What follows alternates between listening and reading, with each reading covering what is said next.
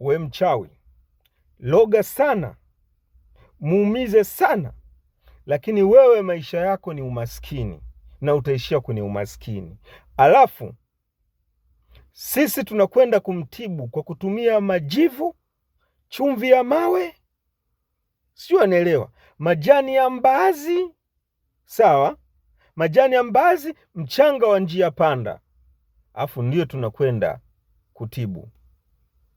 Kwa hiyo wewe ambaye umelogwa uchawi mzito, wewe ambaye umesumbuliwa na uchawi kwa muda mrefu unakosa jibu, wewe ambaye unahitaji kujitoa uchawi, nisikilize kiumakini.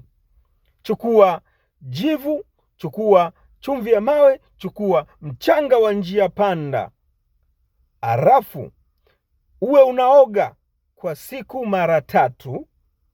Alafu maeneo unaloishi hakikisha unachanganya hivyo hivyo, alafu unapachapachapa kila siku ndani ya siku 7.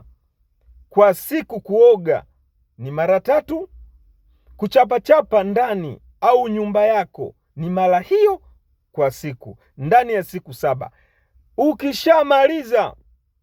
Ukishamaliza nenda sehemu ambayo kuna mti wa mkuyu. Kama ujui achana nao. Kama unaujua, nenda kune mti wa mkuyu.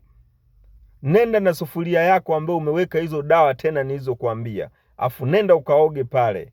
Ukishaoga pale kwa manuizi, kama nina vitu vyovyote vibaya, majini mabaya, uchawi wowote, na uacha hapa kwenye mti wa mkuyu.